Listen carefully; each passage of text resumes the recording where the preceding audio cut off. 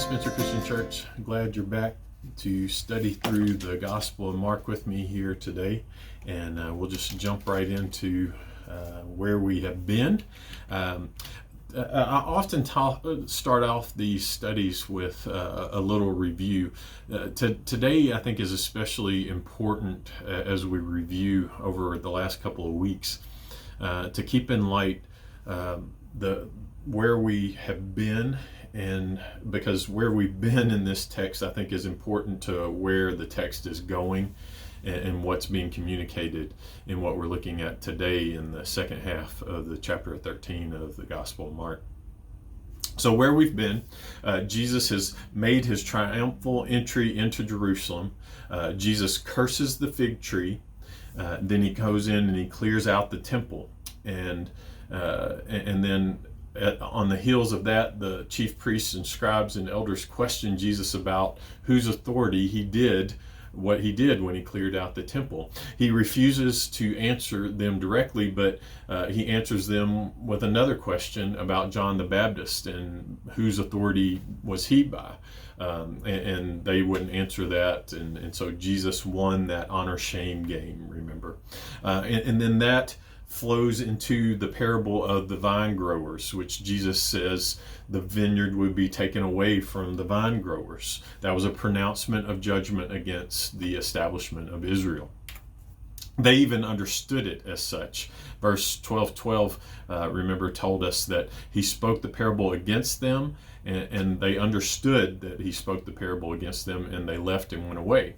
And so after that exchange, we saw three challenges taking place by basically all three parts of the Jewish establishment. We had the challenge by the Herodians about paying taxes, so that was kind of the political arm. And then we had the Sadducees, who didn't believe in the resurrection, ask him this challenging question about this woman that they probably thought was cursed, and who would she be married to in the resurrection? Who gets this cursed woman in the resurrection was the way that they thought on it. So that was being asked by the Sadducees, who don't believe in the resurrection at all anyway. So it was kind of interesting that they asked that question. And then the final challenge was the Pharisee coming up, and that led into the greatest commandment teaching, which was basically love God and love people. Then we went into Jesus's observation of what was going on in the temple court area, and he observes this widow giving all that she had, and we kind of went into some detail last week about how they were trying to ring the copper horn that the offering was received in so that they would receive more honor, and how Jesus, when he heard the little tink of the widow woman's couple of copper coins that she dropped in, how he was giving her honor, that he had just won in these honor-shame games. He was showing honor to her. And what that showed was the identity of his mission, Christ's identity of being a servant, and the least of these receiving the honor, while the high and lofty that were trying to self-promote, that they would not receive the honor in his kingdom. So as we entered into the early part of chapter 13 last week, we had to keep all of that in mind, and we need to continue to keep that all in mind again today. Because they start off chapter 13, the disciples do, by asking one question.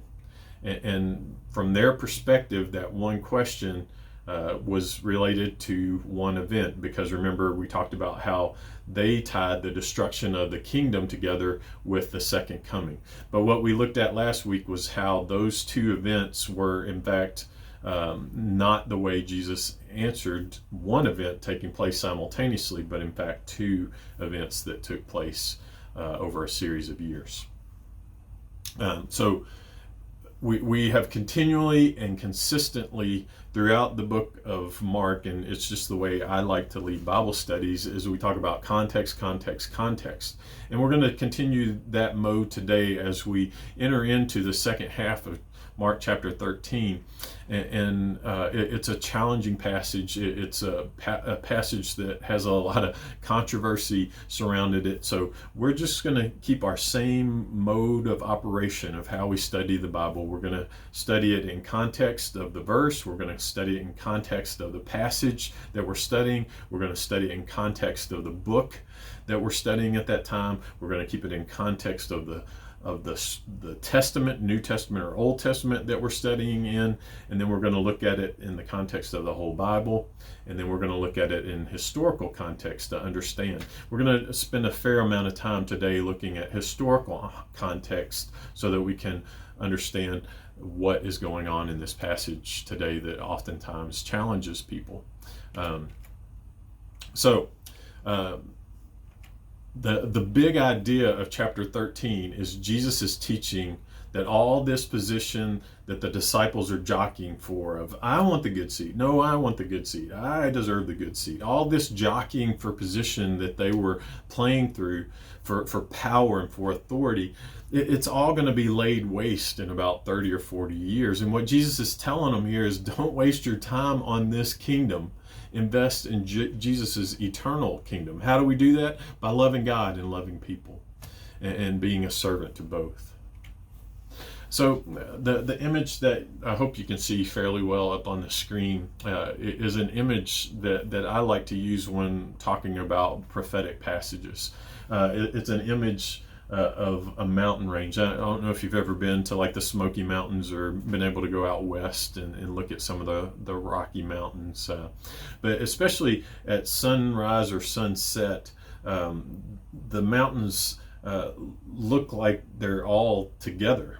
Sort of, but we in fact know that in a range that one is closer, there's another one behind it, and there's another one behind it, and so sometimes it's difficult to discern which is the mountain in front and which one is in back, and I think we have a bit of that type of thing going on today as we study these prophetic prophecies. So I'm going to describe where we're going today with the events that are being laid out and discussed in this passage, and then we're going to pick through, and I'm going to tell you how I came to that conclusion here. So first of all, we start with Jesus here pronouncing these passages, these prophetic, these predictions going forward in Mark chapter 13. Then we have the soon coming event in relation to Mark chapter 13 of the cross, and then we're going to have the resurrection of the empty tomb. A few weeks after that, we'll see the ascension of Christ, and then shortly thereafter that, we'll have the event of Pentecost, the birth of the church, the gift of the Holy Spirit descending on the church and empowering the church to do its mission of going and spreading the message of Jesus. And then the way I understand it is this event that's described, the abomination of desolation, and that's what the big event that we're going to talk about today, that oftentimes is foreboding and scary for some people because they think it's coming in the future. I in fact think that it's already occurred. And this is my opinion, and other folks have different opinions on how this passage is going to play out. So that abomination of desolation that's described here in chapter 13, and then after the abomination of desolation, the destruction of the temple takes place in 70 AD, and the spread of the good news of Christ's kingdom takes place, and we're still doing that today. And then the consummation of Christ's kingdom, his return in the end of the end. So that's where we're going, and I'll explain how we're getting there as we go along today. So as we enter into this next section, don't forget the context that we laid out earlier. The context of where we've been the last several lessons and the last several passages that we've worked through is the context of the proclamation of judgment against Israel, the temple, the leaders that were running the show there. It was a proclamation of judgment against them, and to those who don't submit to Jesus's authority and his identity. This is what Mark 13:14 says. But when you see the abomination of desolation standing where it should not be, let the reader understand then those who are in Judea must flee to the mountains. So what is being clearly stated here? That the abomination of desolation is a warning of when to get out. So when you see these things occur, things are going to get real bad and you need to flee. That's the warning that takes place in Mark 13:14. Luke 21:20 says it, I think, even more clearly. It's the parallel passage in Luke's gospel account. He says, "But when you see Jerusalem surrounded by armies, then recognize that her desolation is near." So it says it even more clearly. When you see the Roman armies surrounding, then you know that this is all going to go down. Back over into Mark 13:15 through 18, it says, "The one who is on the housetops must not go down or go into get anything out of his house. And the one who is at the field must not turn back to get his coat. But woe to those who are pregnant and those who are nursing babies in those days, but pray that it may not happen in the winter." So what is the emphasis that's being told about here? It's saying, woe to you if you're pregnant at this time, because pregnant women don't navigate terrain very easily. They slow things down because of the burden of carrying a child that they have. It just naturally slows them down. It says, pray that it doesn't happen in the winter time. Why is that prayer offered here?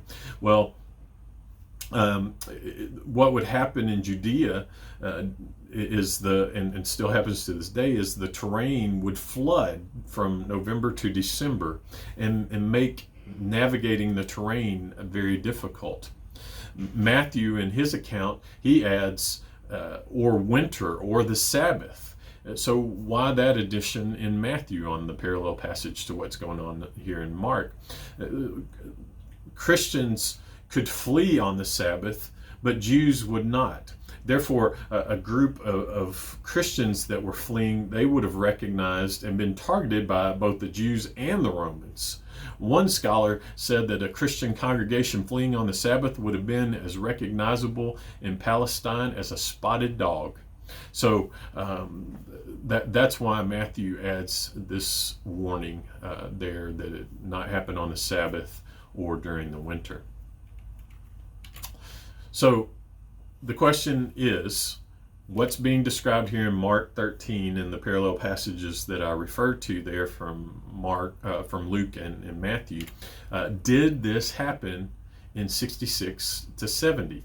And I think the answer of this is clear. And so we're going to bring in some historical context here. There's a story that William Shea summarizes the writings of Josephus. He does this in an article called the Sabbath and Matthew 24:20. And this is what William Shea says, referring to Josephus here.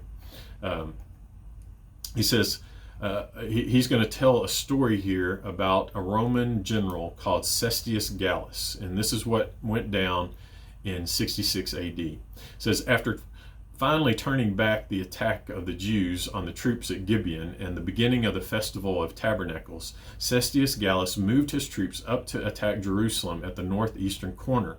He broke through the outer wall at that point and worked his way to the retaining wall at the temple area. His troops were making efforts to break through the wall and prepared to burn the gate on that side of the temple. The defenders of the area were very discouraged, and they retreated into the temple and palace areas, thinking that this would be the site of their last stand. Then, with victory in his grasp, Cestius Gallus suddenly decided to call off the attack to the surprise of the defenders. Josephus goes on to record that even if he had decided to break through the walls, he would have captured the city forthwith and the war would have been over. By turning back, the opportunity for victory had passed by the Romans. They had to fight their way to retreat to Caesarea at the coast, with the final defeat at the rear guard occurring at the Beth Horon Pass. According to Josephus, this event occurred on the 8th day of Dios in 66 AD. That's October 16th of 66 AD. Josephus records that as Cestius Gallus retreats, he loses about 40% of his army as the Jews attack as he heads out. And the question is, no one knows why Cestius Gallus did this. You see, this was counter to the ways that Rome operated. When Rome sees the jugular, Rome slits the jugular. It doesn't extend mercy. Okay, there were no second opportunities. So, October 16th, AD 66 is interesting because it's about 4 to 6 weeks away from winter fleeing. It would have been difficult at that time. That's also, the 16th of October was on a Sabbath. So it's almost like Jesus heard their prayers. And Shea continues, this signal was, and gives it a time to flee. And the Roman retreat provided the opportunity to do so. So, how would this infiltration of the Roman army into Jerusalem been viewed? You have the Roman standard, which was kind of a staff with the Roman emblem of an eagle on it. That would have been brought into this area of Jerusalem and into the very gates of the temple. They would have had the flags bearing the image of Rome on it. That would have been brought up to the temple enclosure during this initial phase of the war. And Shea calls this the abomination of desolation. So remember, for Jews, having a graven image anywhere in the city was a huge deal. But to have the Roman standards hovering over the walls of the temple itself with the image of the eagle, it would have been considered an abomination of desolation. So the next question is, did people heed the warning and did they flee? Josephus again records in Jewish Wars 2.20.1, he says, after the catastrophe of Cestius Gallus, which I just recounted there, many distinguished Jews abandoned the city as swimmers desert a sinking ship. Early church father Eusebius also tells us that Christians fled during this time to a city called Pella. So were people fleeing? Yes, they were during this time between 66 and 70 AD. So the text goes on that we're looking at today, and it says, for those days will be a time of tribulation such as not occurred since the beginning of creation, which God created until now and never will. John Chrysostom, he was a bishop from about 349 to 407 AD, wrote this in his homily on the Gospel of Matthew. He says, do not let anyone suppose that he is merely speaking hyperbole here. Whenever he describes the greatest distress unequaled since the beginning of creation, all you need to do is study the writings of Josephus to learn the truth of these predictions. No one who knows the fact of history can say that early Christian believers have exaggerated this tragic history or been any part of trying to see that Christ's words were fulfilled. So, Chrysostom says to look to Josephus and what he says. And this is what Josephus says about what's going on here from 66 to 70. This is Josephus in Jewish Wars 5.10.5. I shall therefore speak my mind here at once briefly, that neither did any other city ever suffer such misery, nor did any age ever breed a generation more fruitful in wickedness than this was from the beginning of the world. So after Cestius Gallus, even more information we get from Josephus. This passage I'm about to read is a bit lengthy, but I'm going to do it, so bear with me. It's very vivid, it's very horrific, but I think it tells us of the desperate state of leading up to the destruction of the temple in 70 AD. So this time from when Cestius Gallus comes in and then withdraws to the final destruction of the temple in 70 AD. Here's what Josephus says in Jewish War 6.3-3-4. Now of those who perished by famine in the city, the number was prodigious, and the miseries they underwent were unspeakable. For if so much as the shadow of any kind of food did anywhere appear, a war was commenced presently, and the dearest friends fell a fighting one another about, snatching it from each other, the most miserable supports of life. Nor would men believe that those who were dying had no food, but the robbers would search them when they were expiring, lest any one of them have concealed food in their bosom and counterfeit dying. So he's saying they were faking dying, and so that people wouldn't steal their food from them. Nay, these robbers gaped for want and ran about stumbling and staggering along like mad dogs and reeling against the doors of houses like drunken men. They would also, in the great distress they were in, rush into the very same houses 2 or even 3 times in one day. Moreover, their hunger was so intolerable that obliged them to chew everything while they were gathered. Such things the most sordid animals would not touch, and they endured to eat them. Nor did they at any length abstain from girdles or shoes or the very leather which belonged to their shields. They pulled off and gnawed. The very wisp of old hay became food for some, and gathered up fibers and sold a very small weight of them for an attic. So skipping down now, this is where the story gets even more horrific. There was a certain woman that dealt beyond the Jordan. Her name was Mary. Her father was Eleazar of the village of Bethazab, which signifies the house of hyssop.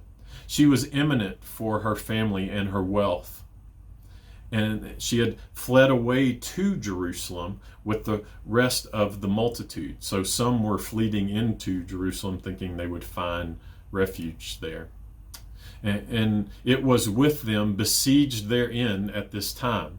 The other effects of this woman had been already seized upon, which I mean as she had brought about her from Perea and removed to the city, which she treasured up beside her, as also what food she had contrived to save, had been also carried off by the rapacious guards, whom every day running into her house for that purpose. This put the poor woman into a very great passion, and by the frequent reproaches and imprecations she cast at these rapacious villains, she had provoked them to anger against her. But none of them, either out of indignation she had raised against herself or out of commiseration of her case, would take her life away from her. So what that's saying is she was provoking them, trying to get them to kill her, but they wouldn't do it.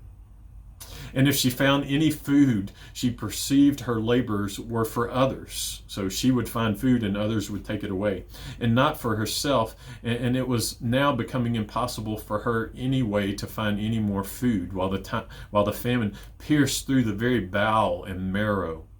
When she also here of the passion was fired to a degree beyond the famine itself, nor could she consult with anything but her own passion and the necessity she was in, she then attempted a most unnatural thing. Snatching up her son, which was a child suckling at her breast, she said, "O thou miserable infant, from whom shall I preserve thee in this war, this famine, and this sedition? As to this war with the Romans, if they preserve our lives, we must be their slaves. This famine also will destroy us, even before the slavery comes upon us. Yet are these seditious rogues more terrible than both the others? Come on, be thou my food, and be thou a fury for these seditious varlets, and by word to the world." Which is all that is now wanting to complete the calamities of us Jews. As soon as she had said this, she slew her son, and then roasted him, and ate the one half of him, and kept the other half by her concealed. Upon this, the seditious came in presently, smelling the horrid scent of the food. They threatened her that they would cut her throat immediately if she did not show them the food she had gotten ready. She replied that she had saved a very fine portion of it for them, and withal uncovered what was left of her son. Hereupon they were seized with horror and amazement of mind, and stood astonished at the sight, when she said to them, This is mine own son, and what hath been done was of my own doing. Come and eat of this food, for I have eaten of it myself. Do you not pretend to be either more tender than a woman, or more compassionate than a mother? But if you be so scrupulous, and do abominate this my sacrifice, as I have eaten the one half, let the rest be reserved for me also. After which those men went out trembling, being never so much affrighted at any other thing than they were of this. And with some difficulty they left the rest of that meat to the mother. Upon which the whole city was full of this horrid action immediately. And while everybody laid this miserable case before their own eyes, they trembled, as if unheard of action had been done by themselves. So that those who were in distress by the famine were very desirous to die, and those already dead were esteemed happy, because they had not lived long enough either to hear or to see such miseries. And that ends the excerpt from Josephus. So this is what's going on at the time of the siege of Jerusalem prior to the destruction in 70 AD. Horrid and horrible. It was about this that Jesus warns them to get out when you see the abomination of desolation, which was the warning sign of that which was to come. The text goes on. For those days will be a time of tribulation such as not occurred since the beginning of creation, which God created until now. So does what Josephus describe a picture in hindsight of what Jesus is describing in foresight here in Mark 13:19? I think so. The text moves on, Mark 13:20 through 22. Unless the Lord has shortened those days, no life would have been saved. But for the sake of the elect whom he chose, he shortened the days. And then if anyone say to you, remember from our study the last time, the you referred to the disciples. He's speaking to the disciples, and that's to whom he is referring here. And then if anyone says to you, Behold, here's the Christ, or Behold, here he is, do not believe him. For false Christs and false prophets will arise, and will show you signs and wonders in order to lead you astray, if possible, even the elect. So, again, from last week, who is the you? The you is the disciples. And so we got to keep that in mind. And I read a quote last week referring to Jerome's quote, and he said that at this time that Rome had divided the false messiahs and the false teachers into three different types, three different camps of messiahs.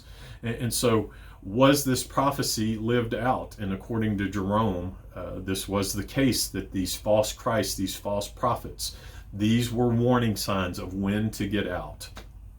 This was taking place leading up to this time. Verse 23, it says, But take heed, warning, right? Behold, I have told you everything in advance. Take heed for what? His exhortation to the disciples here is to be on guard for false prophets and all the signs that he's described in the passage that lead up to the destruction of the temple. So now, in where we're about to go in verse 24, it reads like this. But in those days, after that tribulation, the sun will be darkened and the moon will not give its light. So does he now here shift topics? Because when we hear this language of the sun will be darkened and the moon will not give its light, that takes us, well, we got to be talking about the end of times. But he's still talking about the destruction of the temple. So we got to understand what this type of language, this cataclysmic, this apocalyptic type language is describing here. The sun will be darkened and the moon will not give us its light. So let's look at where he goes on. He goes on in verse 25, and he says this, And the stars will be falling from heaven, and the powers that are in heaven will be shaken. Then they will see the Son of Man coming in the clouds with great power and glory.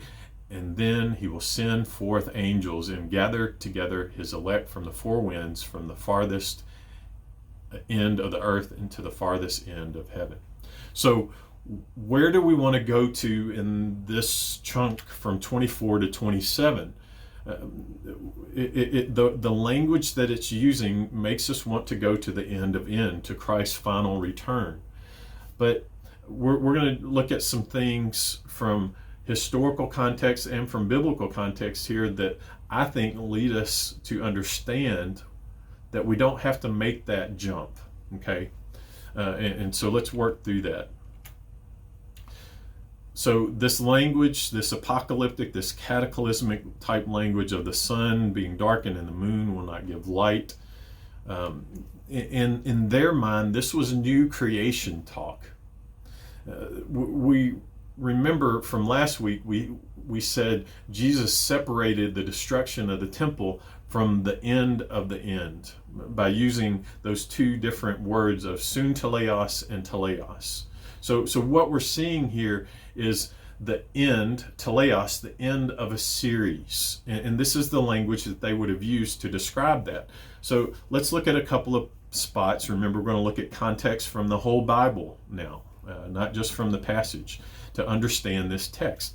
Isaiah, in Isaiah 13, says, "Behold, the day of the Lord is coming, cruel and with fury and burning anger, to make the land a desolation." Same type of language, abomination of desolation, desolation. "And he will exterminate its sinners from it. For the stars of heaven and their constellation will not flash forth their light. The sun will be dark when it rises, and the moon will not shed its light." So what is this referring to? Is this referring to end times? No, in fact, Isaiah here is talking about a pronouncement of judgment against Babylon. And note the language is very similar to what we're seeing used here in Mark. This is describing a new creation, a new kingdom of one power giving way to another in a season of political turmoil and upheaval, very much to like what we're seeing described between 66 and 70 AD. Ezekiel uses the same kind of language. He says this in Ezekiel 32. "Son of man, take up a lamentation over Pharaoh, king of Egypt, and say to him, you compared yourself to a young lion of the nations, yet you are like a monster in the sea. And you burst forth in your rivers and muddied the waters with your feet and fouled their rivers." I'm skipping down to verse 7 for time's sake here, and we'll see some of this same language. So Ezekiel is talking against Pharaoh, king of Egypt, and this is what he says. And when I extinguish you, I will cover the heavens and darken their stars. I will cover the sun with a cloud, and the moon will not give its light."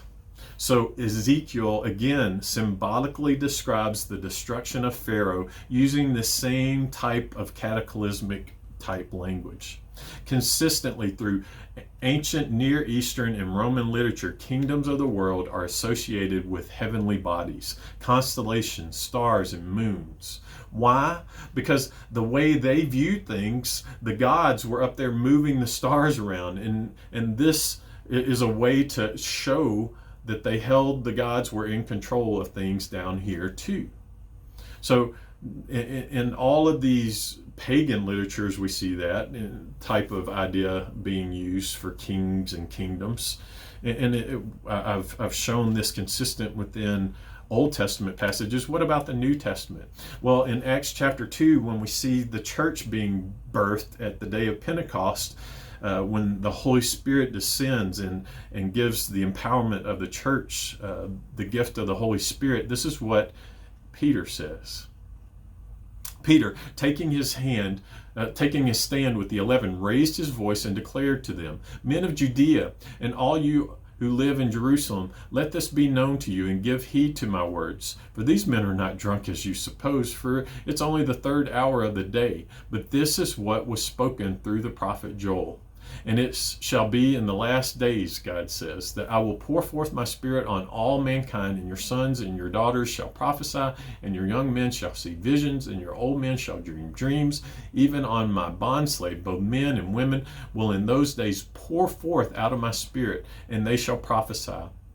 Get this, and I will grant wonders in the sky above and signs on the earth below, blood and fire and vapor and smoke. The sun will be turned into darkness and the moon into blood before the great and glorious day of the Lord shall come. And it shall be that everyone who calls on the name of the Lord shall be saved. So Peter stands here on the day of Pentecost and says this same cataclysmic type language that Joel uses here in his book in the Old Testament is taking place there today at the birth of the church, when this new order was coming onto the scene as the church is birthed in Pentecost.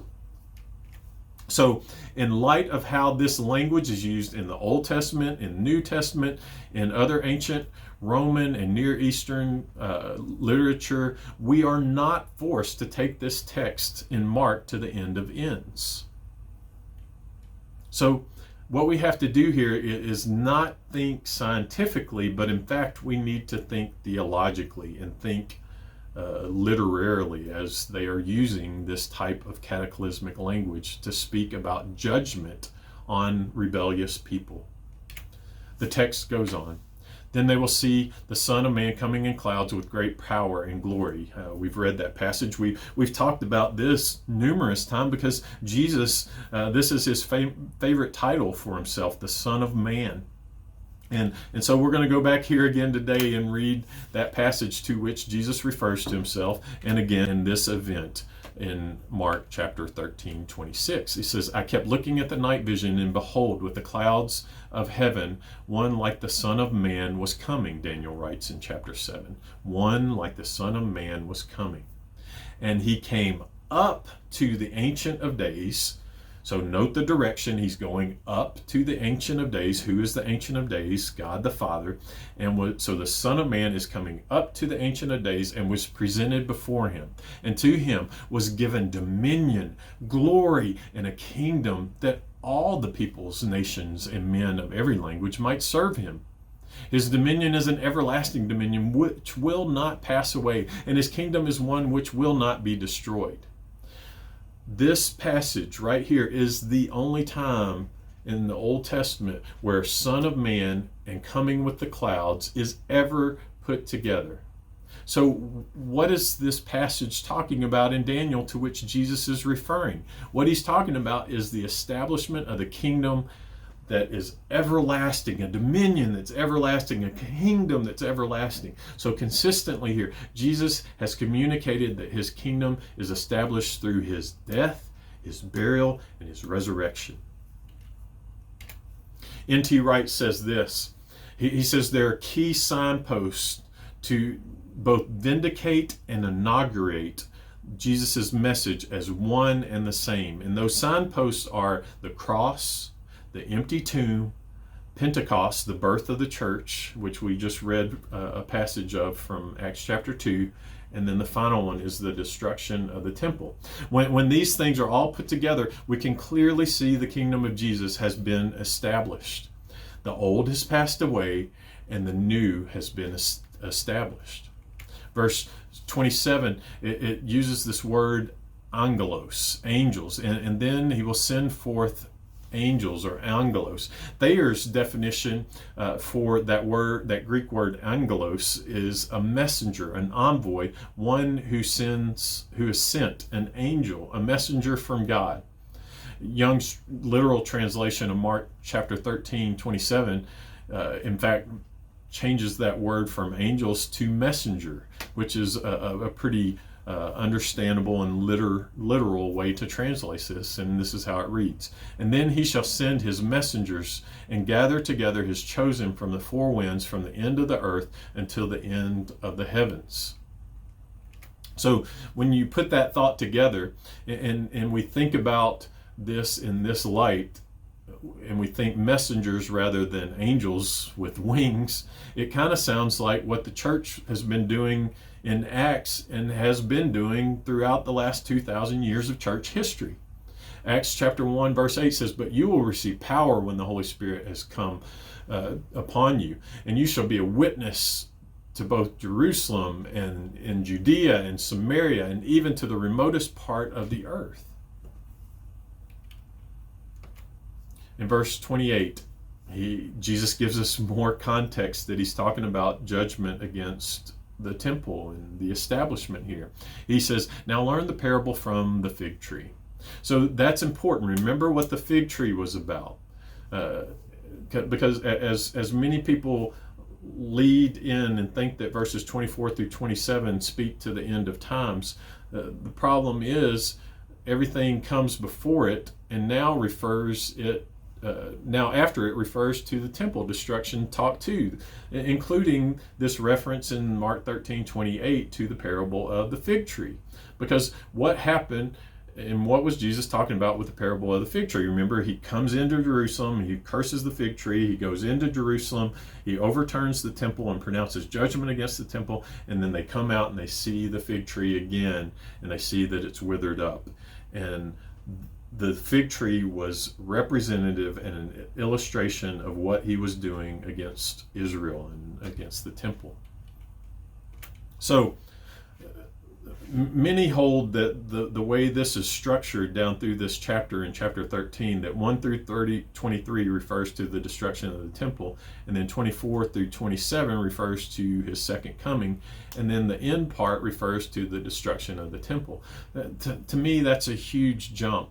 So what I'd like to do is just keep consistent in the same way that we always study and understand context of the passage that we're in. And the context of the passage that we're in is the context of the destruction of the temple. Pretty simple. Mark 13:28. Now learn the parable from the fig tree. When its branch has already become tender and puts forth its leaves, you know that summer is near. So we've already talked about this. This is a pronouncement of judgment against the establishment of Israel. So Jesus, by referring back to that, clearly is stating here that he has not switched topics. Remember that fig tree that I cursed? I'm still telling you about this. We're still talking about this. We're still talking about the destruction of the temple and pronouncement of judgment on Israel. An early unknown church father in a compilation book called Ancient Christian Commentary on Scripture gives this on this unknown church father's commentary on the book of Matthew, referring to this fig tree reference. He says, Jesus uses the fig tree rather than another type of tree as an illustration for the onset of summer, because it commonly happens that after trees have begun to bloom, a cold snap forces them back into hibernation. Since the fig tree blooms later than almost any other tree, however, its fruitlessness is virtually never interrupted by the cold. In a similar way, the church is a sure sign of the advent of the new age. That cataclysmic language that's being described is talking about the advent of the church, the birth of the church. We move on in our text in Mark 13:29. It says, even so, you too, when you see these things happening, recognize that he is near, right at the door. So to whom has you referred to consistently within the context of this passage that we're in? Consistently, that is referred to the disciples. So if we understand this whole passage in connection with the destruction of the temple and with context of the people to whom he is talking to right there, it just makes more sense. Verse 30. Truly I say to you, this generation will not pass away until all these things take place. The definition of a generation varies anywhere from 20 to 80 years. Probably the normal and most common definition of a generation is that 40-year number. And so if we use that number kind of in the middle, if Jesus is speaking in the early 30s, which he was, what's 40-ish years later? 70-ish AD, right? Which is when the temple of the destruction of the temple took place. So how this is defined, this is inconsequential despite its specificity if you make it reference to the last generation for the second coming. Why not say a generation instead of this generation? So this is important to note here. He's talking to this group of people that are in front of them, and they are going to see all of this take place. Verse 30, the text goes on. Truly I say to you, this generation will not pass away until all these things take place. And so he's tying back there in Mark 30 the way they phrased their question at the beginning of this chapter. Tell us when these things will be, and what will be the sign when all these things are going to be fulfilled. So Jesus includes these things from their earlier question, but he does not include the idea of soon teleo, the word that they used referring to the end of ends. He's not using that. He's using this generation, right? So this is his conclusion to their question. And he's saying this generation will not see the soon teleo, the end of ends, like we talked about last week. He is correcting now the premise of their misguided initial question, where they conflate these two events together. Verse 31, heaven and earth will not pass away, but my words will not pass away. So here, as he's concluding this section, in his conclusion, is the temple will be destroyed, but what I am saying is and establishing will never be destroyed. This is a confusing understanding here, because people point to that question, what does he mean by heaven and earth? Well, again, when we understand some of the language that they used, we see in early writings, first century writings, that the temple was understood to be the connection of heaven and earth. Okay, and that's where the temple came, because heaven came down and made its dwelling in the temple area, right? God came down, and that was the dwelling place there in the temple. In the Babylonian Talmud, a guy named Bezalel knew the letters by which the heavens and earth were created, and he used that when he was referring to the temple. Other intertestamental literature calls the temple the navel of the earth. And in the Dead Sea Scrolls in 11 QT 29.9, it's called the microcosm of the entire cosmos, referring to the temple. Josephus makes similar comments on the connection of the temple being connected to heaven and earth. So what is Jesus saying here? Heaven and earth will pass away, this temple will pass away, but my words will not pass away. You don't need to invest and jockey for position in this kingdom that's about to be destroyed. Invest in what I'm saying, because it will not pass away. That's what he's saying to his disciples here. So at this point, from up to this point of where we have been, there's been warnings, there's been signals, there's been signs. And now we're going to see a shift in these last few verses here in the chapter, and he's going to start saying stuff like no one knows. And so this is indicating that the topic has changed from teleo, end of a set, end of the temple, end of this order, of this way things are running, to the soon teleo. He's shifting topics now from teleo, end of a set, to soon teleo, end of ends. And Mark 13:32 reads like this, but of that day or hour no one knows, not even the angels in heaven, nor the Son, but the Father alone. Note that change. The warning is now no longer being given as far as specificity of events that are going to take place, but instead now there's some ambiguous nature in what's going on. It's not clear. No one's going to know the day or the hour. The text goes on in 33. Take heed, keep on alert, for you do not know when the appointed time will come. It's like a man away on a journey who, upon leaving his house and putting his slaves in charge, assigning to each one his task, also commanded the doorkeeper to stay on alert. Therefore be on alert, for you do not know when the master of the house is coming, whether in the evening or at midnight, or when the rooster crows or in the morning, in case he should come suddenly and find you asleep. So note the change. We were being given specific warnings and signs of what to do when he was referring to the destruction of the temple, and now we shift topics and it's unclear on the timing. And so now we see that we've shifted topics to the soon teleo, the end of ends. And what's the final warning in verse 30 saying? What I say to you, I say to all, be on alert. So I don't know if you can tell from the study today, but I get kind of worked up about this. And the reason why is this is a theological discussion, and there's a lot of dissension over what I've talked about today. And the reason why I get worked up about it a little bit is because it scares me whenever we do anything that distracts from the imminent return of Christ Jesus.